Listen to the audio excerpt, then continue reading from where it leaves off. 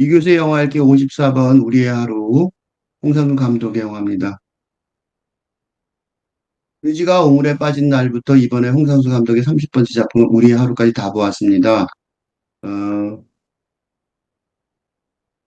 시놉시스부터 먼저. 한 사람은 40대 초반 여자인데 고양이를 키우는 사람의 집에 잠시 머물고 있고 다른 사람은 혼자 사는 70대 남자인데 전에 키웠던 고양이가 늙어 죽었다. 오늘 두 사람을 찾아온 방문객들이 있었는데 여자를 찾아온 방문객은 20대 여자였고 남자를 찾아온 방문객은 30대 남자였다. 두 방문객들 모두 진지한 질문들을 갖고 왔는데 40대 초반의 여자는 선체로 짧게 대답해 준 편이고 70대 남자는 조금 길게 대화를 이어가게 된다. 두 사람 다 손님 앞에서 점심으로 라면을 먹는데 공교롭게도 둘 다 라면에 고추장을 넣어 먹는 모습을 보여준다. 라면에 고추장을 넣어 먹는 건 흔한 일이 아니다. 나중에 한쪽 집에서는 고양이가 집을 나간 일이 일어나고 다른 집에서는 술판이 벌어지게 된다. 한쪽 집에서는 해가 지고 나서 끝나고 다른 집에서는 해가 바로 지기 바로 전에 끝이 난다.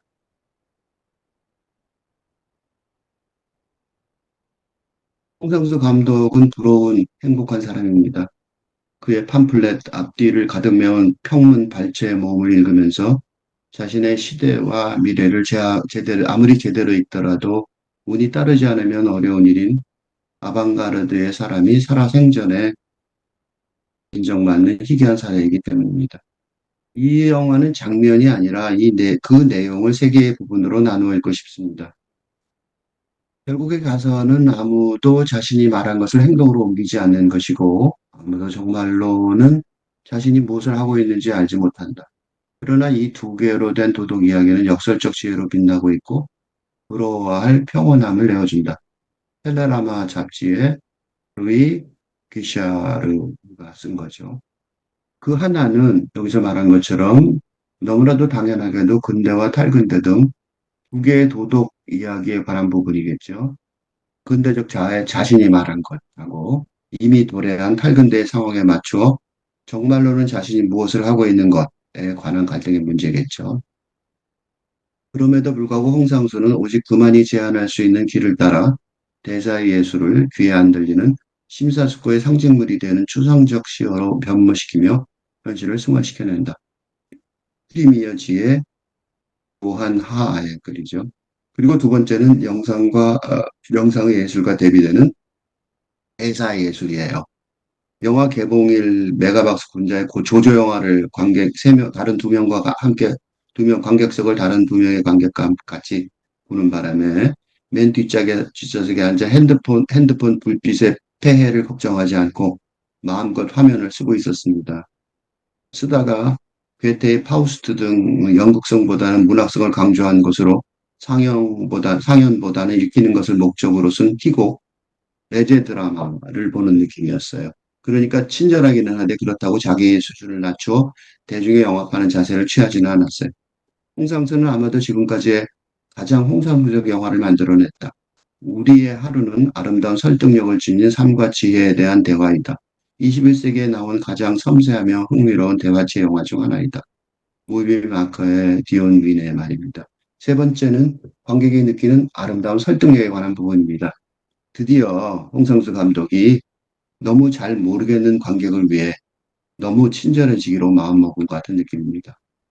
이 세 부분을 통합하는 전략이 아주 명민했습니다. 왜냐하면 이 영화는 예술가 홍상수의 영화였지만 대중적 인기 스타 김민희의 영화이기도 하기 때문입니다.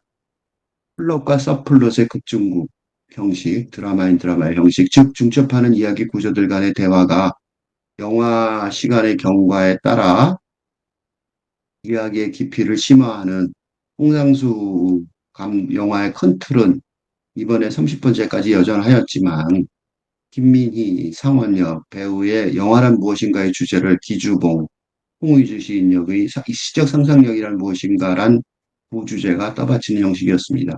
꼭 그렇지만도 않았던 게 이 영화의 마지막 11번째 에피소드는 정말로 피날레 분위기를 결론이라는 걸 의도적으로 드러내는데 그 중심에 시인이 있습니다. 그러니까 영화가 중심이 아니죠, 그때는.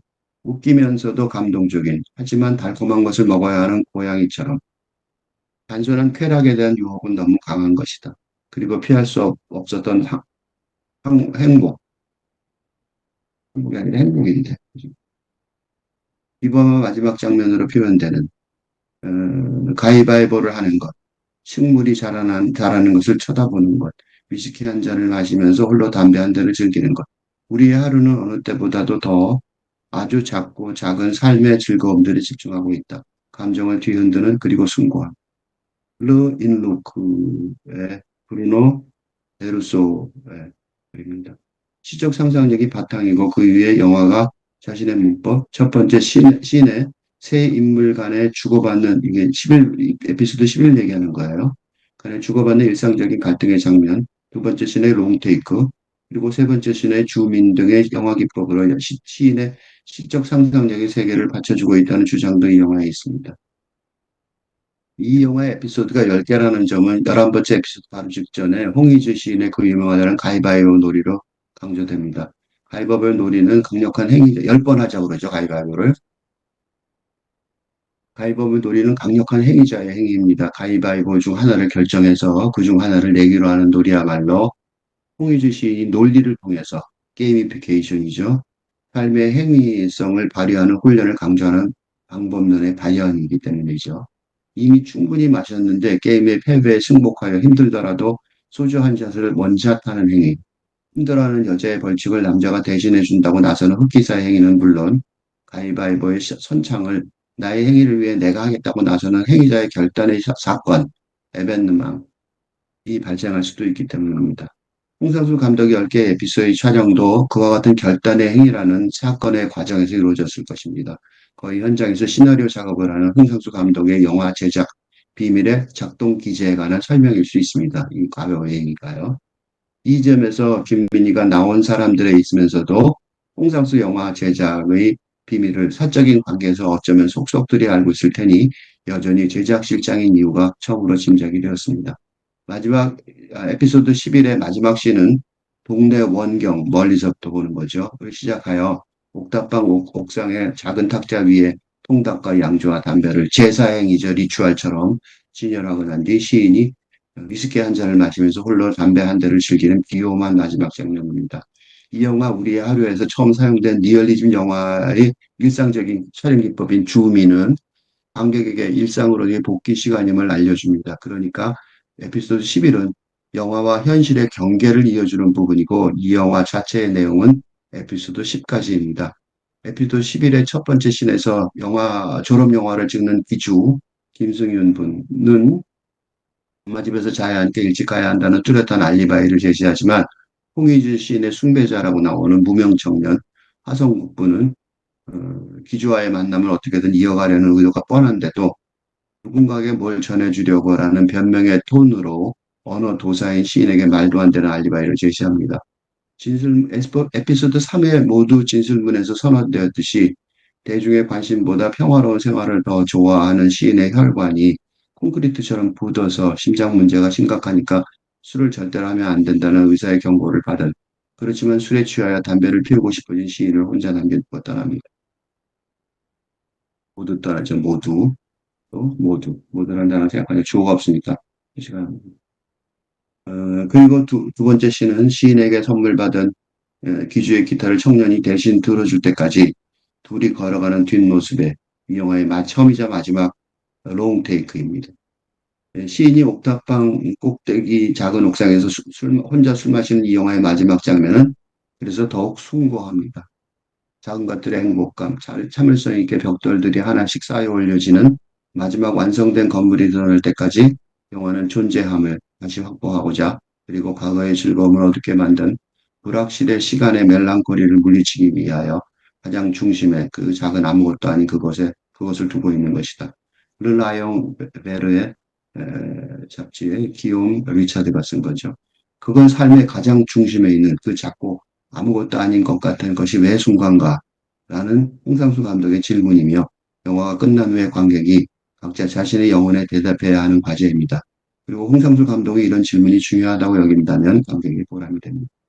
우리는 현실의 한 측면을 쳐다보고 있는 관객이 아니다. 혹은 최소한 그 현실에 접근하려고 하는 우리는 그 장면의 한 부분인 것이다. 우리는 그 구체적인 창조물을 직접 대면하고 있다. 거기에는 미학이 영화적 의지에 봉사하고 있다. 사람들은 그들의 허물을 그대로 지닌 채 우리에게 모습을 드러내고 거의 숨김없이 벗겨져 있는 것이다.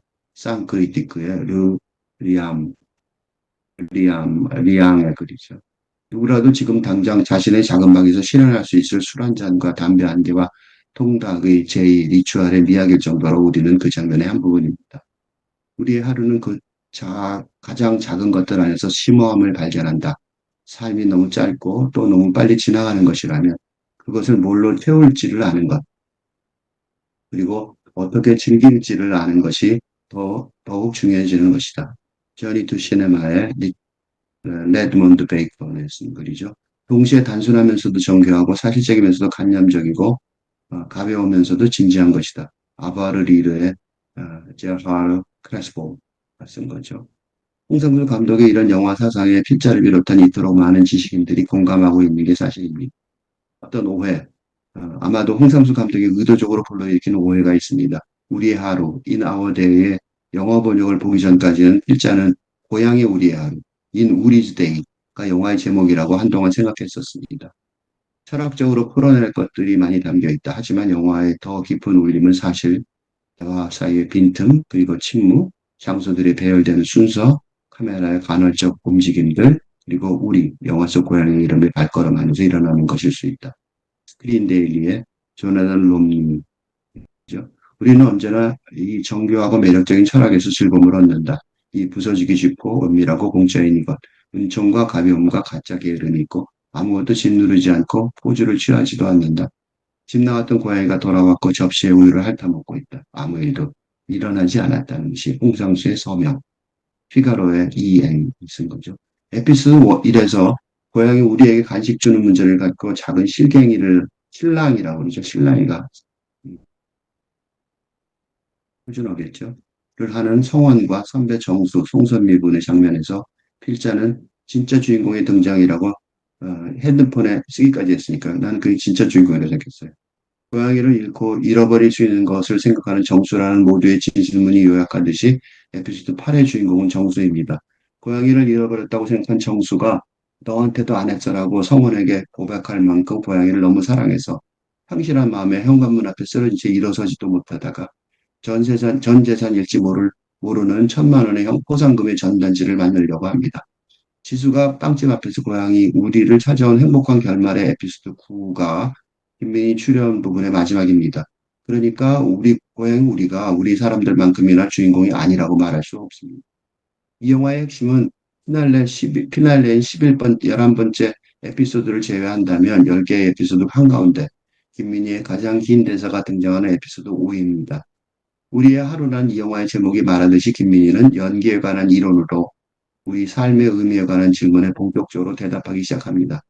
연기하고 싶어서 마음가짐이나 상황 대처 등 그냥 아무거나에 관한 언니의 경험을 묻는 막내 이모의 딸이 지수에게 김민희가 하는 대사는 딸인 지수죠. 이건 정말로 추측이지만 평상시처럼 홍상수가 쓴 게 아니라 김민희가 쓴 것으로 보입니다. 성원이 고백하지만 답답해진다라는 에피소드 5 모두의 진술문이 홍상수의 것일지 모르지만 그걸 제외한다면 에피소드 5는 틀림없이 김민희의 영화입니다. 그러니까 이 영화의 분량을 거의 사이좋게 반분한 기주봉의 부분과 경쟁과 협력의 방식으로, 즉 협상의 방식으로 제작된 것 같은 느낌입니다. 세계적으로 유명한 위자벨 위페르도 홍상수 감독의 지시에 순응하는 기쁨을 말했던 것처럼 나온 적이 있죠. 이는 홍상수 감독의 스타일이 아닌 것으로 보입니다. 이 영화에서는 제작실장 김민희가 말 그대로 제대로 그 힘을 발휘하는 제작실장인 것 같습니다. 막내 이모딸 지수를 2번이나 울리는 김민희의 연기론이 아주 인상적입니다. 홍상수 감독의 경우처럼 김민희의 예술론이 인생론으로 여길 정도로 홍상수 감독과의 결혼 생활이 육체적이거나 정신적인 차원을 넘어서 영혼의 차원에까지 잘 진행되고 있는 것 같아 기분이 좋았습니다. 김민희 연기의 핵심 요지는 연기는 솔직한 게 제일 중요해입니다. 습관, 편견, 이미지, 두려움 등 자신에게 쓰여져 있는 걸 벗겨내어야 그래야 나이 들어가는 맛 등 사람의 맛이 자연스럽게 나오기 때문이라는 뜻입니다.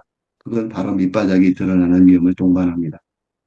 김민희가 그런 연기를 하고자 했지만 연기를 다시 하기 두려워하게 할 정도로 상업영화 감독들과의 작업은 비유적으로 말하자면 연기를 위해 집에 있는 몇 가지 옷을 골라가면 그중 하나의 옷만 고르고 그걸로 연기하라고 했기에 촬영장 구석에서 빨리 끝나라, 빨리 끝나라 라고 주문을 외울 지경으로까지 솔직한 거와 그들이 원하는 거를 같이 하는 게 불가능했다고 고백합니다.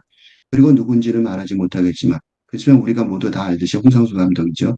그 사람은 진짜 일하고 있었고 배우로서 연기하는 게 진짜 다르게 보이게 만드는 사람이었다는 사적이면서도 공적인 사랑의 고백을 합니다. 이 지점에서 이 영화가 김민희에 의한 김민희를 위한 영화라는 걸 깨닫게 합니다. 그리고 건축미학 공부를 위한 힘든 유학의 어려움을 고백하여 지수가 느닷없이 눈물 짓게 하다가 또 다른 극단적인 정동으로 지수를 또 눈물 짓게 만듭니다. 이러한 지수의 정동은 김민희가 요구하는 연기의 가장 중요한 솔직함을 지수가 갖고 있다는 확실한 증거입니다. 김민희의 솔직함에 지수의 솔직함에 극적으로 1대1 대응하며 반응하고 있기 때문입니다. 다 하려고 하지 말라고 그냥 물에 뛰어들라고 다 하려고 하는 건 비겁한 짓이라고 시인의 경고를 받는 무명 청년의 반응과 지수의 이런 반응은 아주 대조적입니다. 바로 이 지점에서 작품을 찬양하던 기주도 목소리를 내며 적극적으로 찬성합니다. 지수의 이런 호응은 김민희의 속 깊은 고백, 꽃인 앞으로 일대일로 만나면 다른 세상에 푹 들어간 느낌에 빠진다고 작은 꽃이 나한테 무슨 말을 하는지 다 들린다는 말을 이끌어냅니다. 다 괜찮다, 순하다, 아무리 흔들려도 믿는다, 조용하다, 내가 뭘 해도 좋다. 는 말을 듣는다는 김민희의 고백에 지수가 또 옵니다. 시대의 선두에 서서 탈근대를 읽은 홍상수 감독의 영화 문법은 자신에게 썩 내키지 않았을지라도 그의 영화 찍는 방법론은 그의 첫 번째 장편 영화에서부터 한국 영화의 기본 문법이 되었다가 말할 수 있을 지경이니까 시대를 가르치는 일은 홍상수 감독이 피할 수 없는 삶의 소명, 콜링인 것 같습니다. 홍상수를 비롯한 한국 영화의 전통, 레가시가 한국 문화가 지금 세계를 선도하는 길을 열게 하였을 것입니다. 우리의 하루를 보면서 우리의 하루를 영화로 제작하는 방법에 관한 한국 관객의 호응과 궁금증에 홍선수 감독이 공개적으로 대응할 방법을 찾은 것 같다는 느낌이 들었습니다. 자신의 정당한 사생활을 이유로 극소수의 권력 집단이 한국 문화계에서 자신을 지금까지 배척해왔지만 필자가 지금 하는 작업처럼 그의 모든 면을 지지하는 많은 의견을 홍상수 감독이 인식했을지 몰라도 이제 홍상수 감독은 지금까지는 그리 내키지 않았을지도 몰랐을 시대의 선생님이 되기로 한 것 같습니다. 홍상수의 탈근대 영화문법을 연생의 동반자이자 자신의 내제자인 젊은 김민희에게 전수하는 방법을 선택한 것 같습니다. 법적 아내의 반대로 이루지 못한 홍상수와 김민희의 결혼이 무엇이었는지 이 영화 우리 하루가 대답해 줍니다. 그들의 결혼의 사적 차원은 오랫동안 다정하게 살아와서 현재 충분히 입증되었습니다. 그런데 대법원까지 가면서 공적 결혼을 원했던 이유가 무엇이었는지 이번에 영화로 필자를 알게 되었습니다.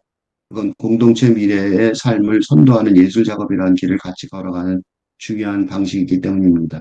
그래서 홍상수 감독이 사적인 차원에서는 물론 공적인 차원에서도 결혼임을 확인해야 했던 것입니다. 남녀의 사랑이 원시적이고 본능적인, 즉 육체적인 차원에서도 완성 가능합니다. 그러나 근대인에게는 나는 너를 사랑해라는 고백의 정신적 차원의 완결성이 중요합니다. 사랑의 열정뿐 아니라 탈근대 정동인 다정함도 중요해진 탈근대 시대의 사랑의 모범은 영혼의 측면에서도 서로 행복하게 만날 수 있어야 합니다. 온갖 집단 상담 프로그램이 TV에 번성하는 현상도 인간관계의 영적 측면이 귀해진 탈근대 시대에 와 있기 때문입니다. 육체와 정신뿐만 아니라 영혼의 차원에서도 사랑한다면 친구든 가족이든 연인이든 사랑하는 관계는 서로의 영성의 수준을 높여줄 것입니다. 김민희 배우가 아니라 홍상수 감독의 영화를 총괄하는 김민희 제작실장이 이제 이 영화 우리의 하루에서 실질적으로 영화를 제작하는 걸 입증해 줌으로써 그들의 사랑이 탈근대 시대를 위한 모델임을 확인할 수 있었습니다. 우리의 하루를 다 읽은 느낌입니다만 영화 자체는 자세히 읽지 않은 것 같아서 주목할 만한 부분을 한두 개 언급하겠습니다. 그 하나는 시놉시스에 나온 라면에 고추장을 넣어 먹는 건 흔한 일이다라는 문장입니다. 프랑스 탈근대 철학자들이 주목하는 핵심 용어 중 하나로 설명하자면 그건 사건 에벤느망입니다. 홍희주 시인이 등장한 에피소드 3의 핵심 사건은 그리고 대학 졸업 작품을 찍는 감독 기주가 크게 만족하는 장면은 시인이 못 먹는 술 대신 라면에 고추장을 넣어 먹으며 크게 만족하는 장면입니다. 추상적으로 말하자면 근대의학의 알코올 억압에 대항하는 탈근대 정동, 매운맛의 힘입니다. 고추장에 대한 이런 사건적 해석은 에피소드 6의 핵심 장면에서 확인됩니다. 김민희 부분의 세 명이 라면을 먹는데 김민희가 가끔 답답하니까 라면에 고추장을 넣어 먹는다고 말하며 이주봉 부분에 해소를 덧붙입니다. 그리고는 지수에게 똑같이 행동할 것을 권유합니다. 지수가 따라했지만 너무 매워서 정말 매워서 견딜 수 없을 만큼 매워서 죄송합니다라며 화장실로 도망갑니다. 선배 정수가 말을 정확히 하지라고 핀잔을 주는데 그 정확한 해석의 대상은 시놉시스에 라면에 고추장을 넣어 먹는 건 흔한 일이 아니다라는 문장입니다. 왜냐하면 이는 근대 사회의 관습과 통념을 내부에서부터 파괴하는 행위라서 대단한 용기와 인내가 필요한 일이기 때문입니다. 우리의 하루를 자세히 읽고 싶은 또 하나의 부분은 홍희주 시인의 긴 설명입니다. 이는 김민희의 다소 짧은 배우론을 훌륭하게 보완합니다. 그러니까 선배 정수의 핀잔에 대한 충분한 대답입니다. 홍희주 시인의 우문현답을 요약하면 다음과 같습니다. 예를 들어 시가 요즘 시대에 필요하냐는 질문에 너처럼 누군가가 좋아서 읽었을 것이라 아닌가 대답합니다. 시가 젊은이의 몫이냐는 질문에 세상의 이치에 굴복하고 맑은 눈을 포기하고 큰 소리로 떠들기만 하는 자들의 주장일 뿐이라고 일갈합니다. 맑은 눈이란 목숨을 바치겠다고 해야 겨우 지탱할 수 있는 것이기 때문입니다. 그러나 삶은 너무 짧고 금방 끝이 나니까 걱정할 필요가 없습니다. 질문이 더 과감해지면서 산다는 게 무엇입니까라는 것에 책마다 정답이 있는 것 같고 너도 정답을 갖는 것 같지만 다 오답이라고 시인이 대답합니다. 어색하고 어설프지만 살아있는 게 너무 좋다는 건 변함이 없습니다. 사랑이 뭐냐는 질문에 사랑을 알면 그런 질문 같은 건 아닌다고 우문응답을 합니다. 에피소드 1의 모두 진술문에서 김민희의 상원은 선배 정수에 의지하기보다 정말로 믿을 수 있는 건 자기 자신뿐이라고 생각한다고 말합니다. 우리의 하루는 근대적 자아를 포함하면서도 초월하려는 홍상수 감독의 선구적인 길을 따라가려는 김민희와 그 관객들에게 그 길을 믿을 수 있다고 말해주는 것 같습니다. 그게 비록 자신의 사적이고 공적인 몸을 조금 상하게 하면서 진행된다고 하더라도 말이죠. 음, 괜찮지? 네. 음,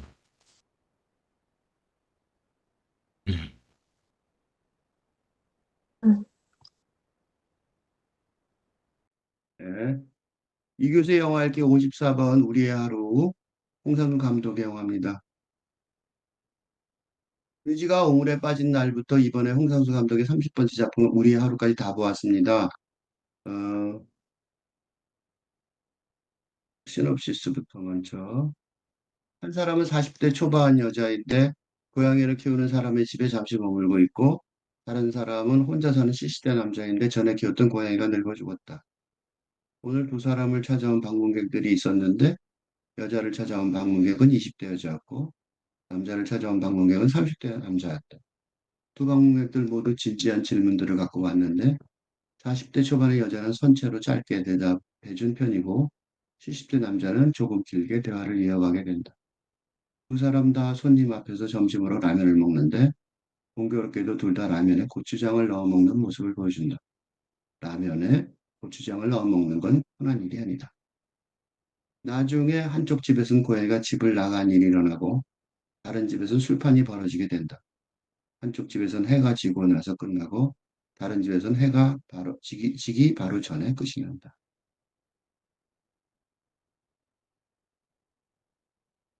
홍상수 감독은 부러운 행복한 사람입니다. 그의 팜플렛 앞뒤를 가득 메운 평문 발췌의 모험을 읽으면서 자신의 시대와 미래를 아무리 제대로 읽더라도 운이 따르지 않으면 어려운 일인 아방가르드의 사람이 살아생전에 인정받는 희귀한 사례이기 때문입니다. 이 영화는 장면이 아니라 그 내용을 세 개의 부분으로 나누어 읽고 싶습니다. 결국에 가서는 아무도 자신이 말한 것을 행동으로 옮기지 않는 것이고 아무도 정말로는 자신이 무엇을 하고 있는지 알지 못한다. 그러나 이 두 개로 된 도덕 이야기는 역설적 지혜로 빛나고 있고 부러워할 평온함을 내어준다. 텔레라마 잡지의 루이 귀샤르가 쓴 거죠. 그 하나는 여기서 말한 것처럼 너무나도 당연하게도 근대와 탈근대 등 두 개의 도덕 이야기에 관한 부분이겠죠. 근대적 자아의 자신이 말한 것하고 이미 도래한 탈근대의 상황에 맞추어 정말로는 자신이 무엇을 하고 있는 것에 관한 갈등의 문제겠죠.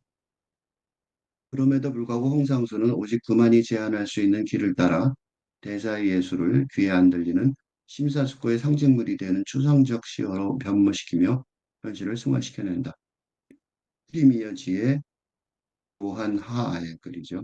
그리고 두 번째는 영상의 예술과 대비되는 대사의 예술이에요. 영화 개봉일 메가박스 군자의 그 조조 영화를 관객 세명 다른 두 명과 함께 두 명 관객석을 다른 두 명의 관객과 같이 보는 바람에 맨 뒷좌석에 앉아 핸드폰 불빛의 폐해를 걱정하지 않고 마음껏 화면을 쓰고 있었습니다.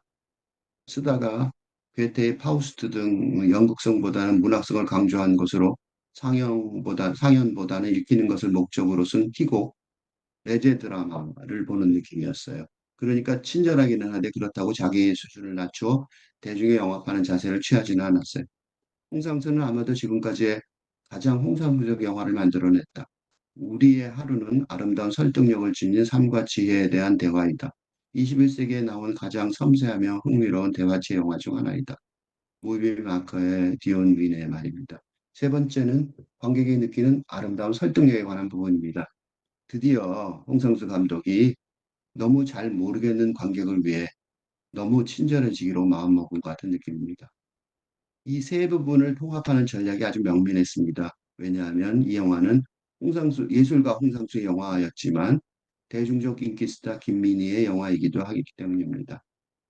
플롯과 서플롯의 급중국 형식, 드라마인 드라마의 형식, 즉 중첩하는 이야기 구조들 간의 대화가 영화 시간의 경과에 따라 이야기의 깊이를 심화하는 홍상수 영화의 큰 틀은 이번에 30번째까지 여전하였지만 김민희, 상원역 배우의 영화란 무엇인가의 주제를 기주봉, 홍의주 시인 역의 시적 상상력이란 무엇인가란 부주제가 떠받치는 형식이었습니다.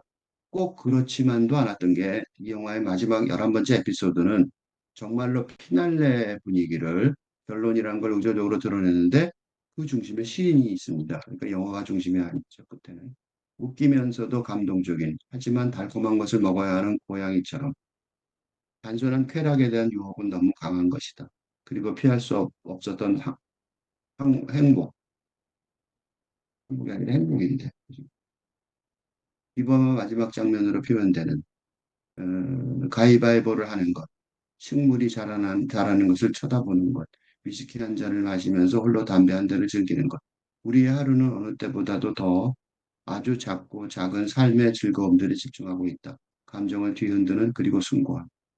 르 인루크의 브루노 베르소의 글입니다. 시적 상상력이 바탕이고 그 위에 영화가 자신의 문법, 첫 번째 씬의 세 인물 간의 주고받는 이게 11 에피소드 11 얘기하는 거예요. 간의 주고받는 일상적인 갈등의 장면, 두 번째 씬의 롱테이크, 그리고 세 번째 씬의 주민 등의 영화 기법으로 시인의 시적 상상력의 세계를 받쳐주고 있다는 주장도 이 영화에 있습니다. 이 영화의 에피소드가 10개라는 점은 11번째 에피소드 바로 직전에 홍희주 시인의 그 유명하다는 가위바위보 놀이로 강조됩니다. 가위바위보 놀이는 강력한 행위자, 10번 하자고 그러죠, 가위바위보를. 가위바위보 놀이는 강력한 행위자의 행위입니다. 가위바위보 중 하나를 결정해서 그 중 하나를 내기로 하는 놀이야말로 홍희주 시인이 논리를 통해서 게이미피케이션이죠. 삶의 행위성을 발휘하는 훈련을 강조하는 방법론의 발현이기 때문이죠. 이미 충분히 마셨는데 게임의 패배에 승복하여 힘들더라도 소주 한 잔을 원샷하는 행위. 힘들어하는 여자의 벌칙을 남자가 대신해 준다고 나서는 흑기사의 행위는 물론 가위바위보의 선창을 나의 행위를 위해 내가 하겠다고 나서는 행위자의 결단의 사건, 에벤트망, 이 발생할 수도 있기 때문입니다. 홍상수 감독의 10개의 에피소드의 촬영도 그와 같은 결단의 행위라는 사건의 과정에서 이루어졌을 것입니다. 거의 현장에서 시나리오 작업을 하는 홍상수 감독의 영화 제작 비밀의 작동 기제에 관한 설명일 수 있습니다. 이 과거의 얘기가요. 이 점에서 김민희가 나온 사람들에 있으면서도 홍상수 영화 제작의 비밀을 사적인 관계에서 어쩌면 속속들이 알고 있을 테니 여전히 제작실장인 이유가 처음으로 짐작이 되었습니다. 마지막 에피소드 11의 마지막 씬은 동네 원경 멀리서부터 보는 거죠. 시작하여 옥탑방 옥상의 작은 탁자 위에 통닭과 양주와 담배를 제사행위적 리추얼처럼 진열하고 난 뒤 시인이 위스키 한 잔을 마시면서 홀로 담배 한 대를 즐기는 비호만 마지막 장면입니다. 이 영화 우리의 하루에서 처음 사용된 리얼리즘 영화의 일상적인 촬영 기법인 줌인은 관객에게 일상으로의 복귀 시간임을 알려줍니다. 그러니까 에피소드 11은 영화와 현실의 경계를 이어주는 부분이고 이 영화 자체의 내용은 에피소드 10까지입니다. 에피소드 11의 첫 번째 씬에서 영화 졸업 영화를 찍는 기주 김승윤 분은 엄마 집에서 자야 하니까 일찍 가야 한다는 뚜렷한 알리바이를 제시하지만 홍희주 시인의 숭배자라고 나오는 무명 청년 하성국 분은 기주와의 만남을 어떻게든 이어가려는 의도가 뻔한데도 누군가에게 뭘 전해주려고 라는 변명의 톤으로 언어 도사인 시인에게 말도 안 되는 알리바이를 제시합니다. 에피소드 3회 모두 진술문에서 선언되었듯이 대중의 관심보다 평화로운 생활을 더 좋아하는 시인의 혈관이 콘크리트처럼 굳어서 심장 문제가 심각하니까 술을 절대로 하면 안 된다는 의사의 경고를 받은 그렇지만 술에 취하여 담배를 피우고 싶어진 시인을 혼자 남겨두고 떠납니다. 모두 떠나죠. 모두. 또 모두라는 단어 생각하니까 주어가 없으니까 이 시간. 그리고 두 번째 시는 시인에게 선물 받은 기주의 기타를 청년이 대신 들어줄 때까지 둘이 걸어가는 뒷모습에 이 영화의 처음이자 마지막 롱 테이크입니다. 시인이 옥탑방 꼭대기 작은 옥상에서 혼자 술 마시는 이 영화의 마지막 장면은 그래서 더욱 숭고합니다. 작은 것들의 행복감, 참을성 있게 벽돌들이 하나씩 쌓여 올려지는 마지막 완성된 건물이 드러날 때까지 영화는 존재함을 다시 확보하고자 그리고 과거의 즐거움을 어둡게 만든 불확실의 시간의 멜랑콜리를 물리치기 위하여 가장 중심에 그 작은 아무것도 아닌 그것을 두고 있는 것이다. 르라영 베르의 잡지의 기욤 리차드가 쓴 거죠. 그건 삶의 가장 중심에 있는 그 작고 아무것도 아닌 것 같은 것이 왜 순간가? 라는 홍상수 감독의 질문이며 영화가 끝난 후에 관객이 각자 자신의 영혼에 대답해야 하는 과제입니다. 그리고 홍상수 감독이 이런 질문이 중요하다고 여긴다면 관객이 보람이 됩니다. 우리는 현실의 한 측면을 쳐다보고 있는 관객이 아니다. 혹은 최소한 그 현실에 접근하려고 하는 우리는 그 장면의 한 부분인 것이다. 우리는 그 구체적인 창조물을 직접 대면하고 있다. 거기에는 미학이 영화적 의지에 봉사하고 있다. 사람들은 그들의 허물을 그대로 지닌 채 우리에게 모습을 드러내고 거의 숨김없이 벗겨져 있는 것이다. 쌍크리티크의 리암, 리앙의 글이죠.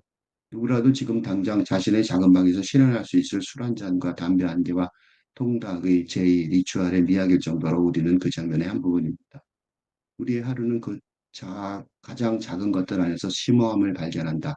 삶이 너무 짧고 또 너무 빨리 지나가는 것이라면 그것을 뭘로 채울지를 아는 것, 그리고 어떻게 즐길지를 아는 것이 더욱 중요해지는 것이다. 저니 투 시네마의 레드몬드 베이컨의 쓴 글이죠. 동시에 단순하면서도 정교하고 사실적이면서도 간념적이고 가벼우면서도 진지한 것이다. 아바르 리르의 제하르 크레스포가 쓴 거죠. 홍상수 감독의 이런 영화 사상에 필자를 비롯한 이토록 많은 지식인들이 공감하고 있는 게 사실입니다. 어떤 오해, 아마도 홍상수 감독이 의도적으로 불러일으키는 오해가 있습니다. 우리의 하루, in our day의 영어 번역을 보기 전까지는 필자는 고향의 우리의 하루, in 우리's day가 영화의 제목이라고 한동안 생각했었습니다. 철학적으로 풀어낼 것들이 많이 담겨 있다. 하지만 영화의 더 깊은 울림은 사실 대화 사이의 빈틈, 그리고 침묵, 장소들이 배열되는 순서, 카메라의 간헐적 움직임들, 그리고 우리, 영화 속 고양이 이름을 발걸음하면서 일어나는 것일 수 있다. 스크린 데일리의 조나단 롬님이죠. 우리는 언제나 이 정교하고 매력적인 철학에서 즐거움을 얻는다. 이 부서지기 쉽고 은밀하고 공짜인 이것, 은총과 가벼움과 가짜 게으름이 있고 아무것도 짓누르지 않고 포즈를 취하지도 않는다. 집 나갔던 고양이가 돌아왔고 접시에 우유를 핥아먹고 있다. 아무 일도 일어나지 않았다는 것이 홍상수의 서명, 피가로의 이행이 쓴 거죠. 에피소드 1에서 고양이 우리에게 간식 주는 문제를 갖고 작은 실갱이를 신랑이라고 그러죠. 신랑이가 표준어겠죠. 를 하는 성원과 선배 정수, 송선미 분의 장면에서 필자는 진짜 주인공의 등장이라고 핸드폰에 쓰기까지 했으니까 나는 그게 진짜 주인공이라고 생각했어요. 고양이를 잃고 잃어버릴 수 있는 것을 생각하는 정수라는 모두의 진실문이 요약한 듯이 에피소드 8의 주인공은 정수입니다. 고양이를 잃어버렸다고 생각한 정수가 너한테도 안 했어라고 성원에게 고백할 만큼 고양이를 너무 사랑해서 상실한 마음에 현관문 앞에 쓰러진 채 일어서지도 못하다가 전 재산 잃지 모르는 1,000만 원의 포상금의 전단지를 만들려고 합니다. 지수가 빵집 앞에서 고양이 우리를 찾아온 행복한 결말의 에피소드 9가 김민희 출연 부분의 마지막입니다. 그러니까 우리 고양이 우리가 우리 사람들만큼이나 주인공이 아니라고 말할 수 없습니다.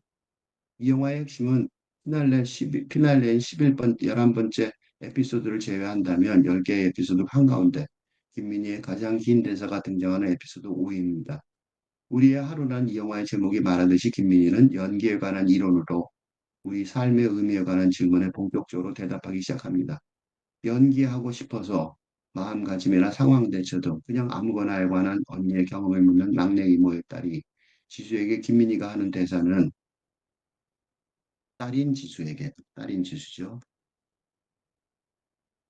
이건 정말로 추측이지만 평상시처럼 홍상수가 쓴 게 아니라 김민희가 쓴 것으로 보입니다. 성원이 고백하지만 답답해진다라는 에피소드 5 모두의 진술문이 홍상수의 것일지 모르지만 그걸 제외한다면 에피소드 5는 틀림없이 김민희의 영화입니다. 그러니까 이 영화의 분량을 거의 사이좋게 반분한 기주봉의 부분과 경쟁과 협력의 방식으로, 즉 협상의 방식으로 제작된 것 같은 느낌입니다. 세계적으로 유명한 위자벨 위페르도 홍상수 감독의 지시에 순응하는 기쁨을 말했던 것처럼 나온 적이 있죠. 이는 홍상수 감독의 스타일이 아닌 것으로 보입니다. 이 영화에서는 제작실장 김민희가 말 그대로 제대로 그 힘을 발휘하는 제작실장인 것 같습니다.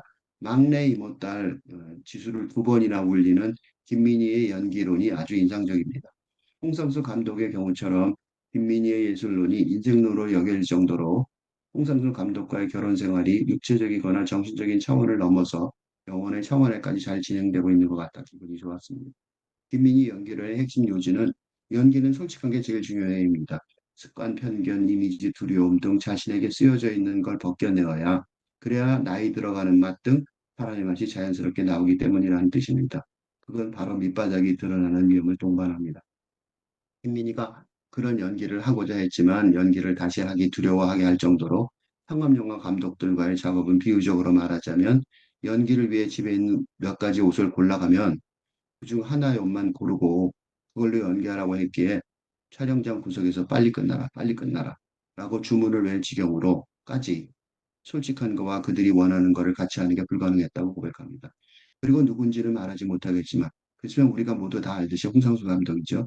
그 사람은 진짜 일하고 있었고 배우로서 연기하는 게 진짜 다르게 보이게 만드는 사람이었다는 사적이면서도 공적인 사랑의 고백을 합니다.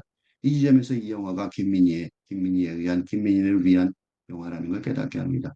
그리고 건축미학 공부를 위한 힘든 유학의 어려움을 고백하여 지수가 느닷없이 눈물 짓게 하다가 또 다른 극단적인 정동으로 지수를 또 눈물 짓게 만듭니다. 이러한 지수의 정동은 김민희가 요구하는 연기의 가장 중요한 솔직함을 지수가 갖고 있다는 확실한 증거입니다. 김민희의 솔직함에 지수의 솔직함에 극적으로 1대1 대응하며 반응하고 있기 때문입니다. 다 하려고 하지 말라고 그냥 물에 뛰어들라고 다 하려고 하는 건 비겁한 짓이라고 시인의 경고를 받는 무명 청년의 반응과 지수의 이런 반응은 아주 대조적입니다. 바로 이 지점에서 작품을 찬양하던 기주도 목소리를 내며 적극적으로 찬성합니다. 지수의 이런 호응은 김민희의 속 깊은 고백, 꽃인 앞으로 1대1로 만나면 다른 세상에 푹 들어간 느낌에 빠진다고 작은 꽃이 나한테 무슨 말을 하는지 다 들린다는 말을 이끌어냅니다. 다 괜찮다, 순하다, 아무리 흔들려도 믿는다, 조용하다, 내가 뭘 해도 좋다. 는 말을 듣는다는 김민희의 고백에 지수가 또 옵니다.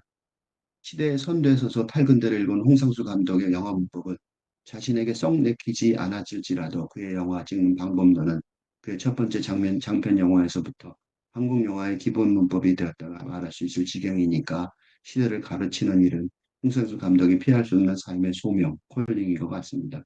홍상수를 비롯한 한국 영화의 전통, 레가시가 한국 문화가 지금 세계를 선도하는 길을 열게 하였을 것입니다.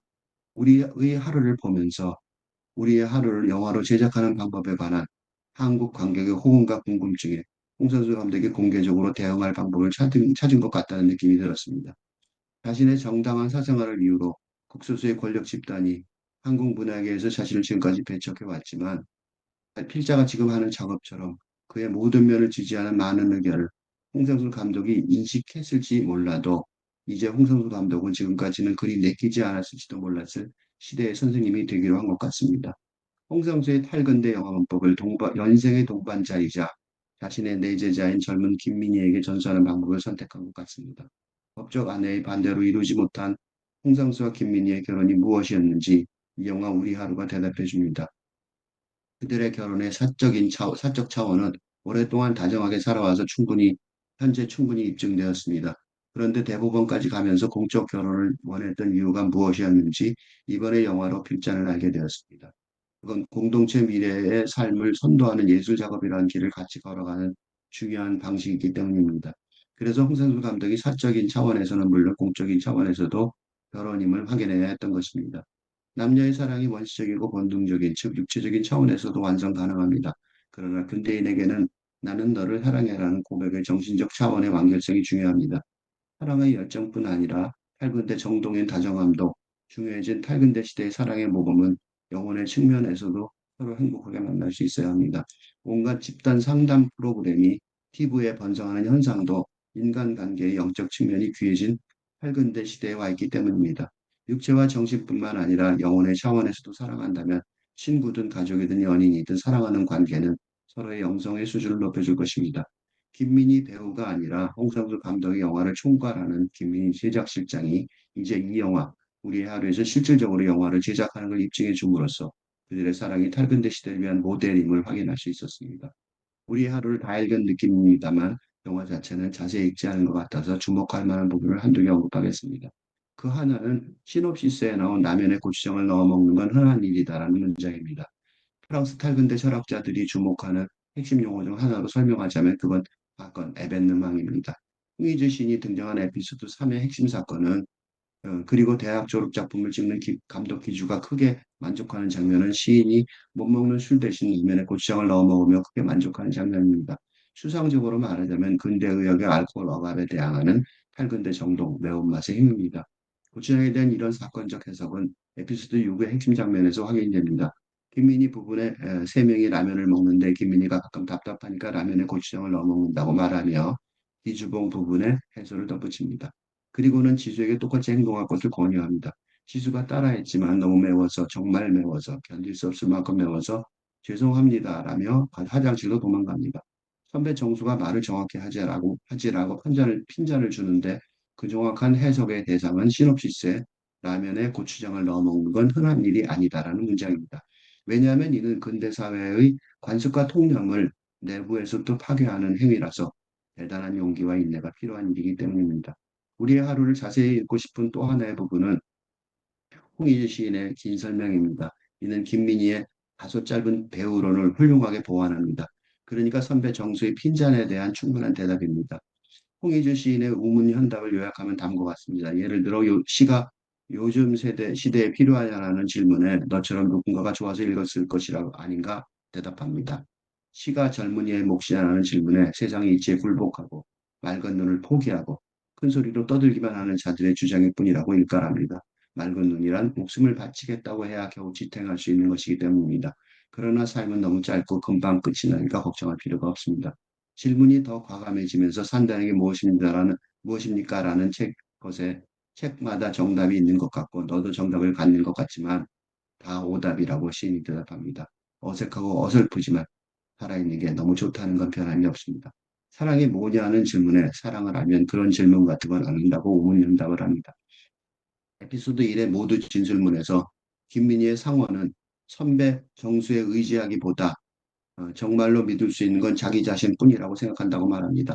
우리의 하루는 근대적 자아를 포함하면서도 초월하려는 홍상수 감독의 선구적인 길을 따라가려는 김민희와 그 관객들에게 그 길을 믿을 수 있다고 말해주는 것 같습니다. 그게 비록 자신의 사적이고 공적인 몸을 조금 상하게 하면서 진행된다고 하더라도 말이죠.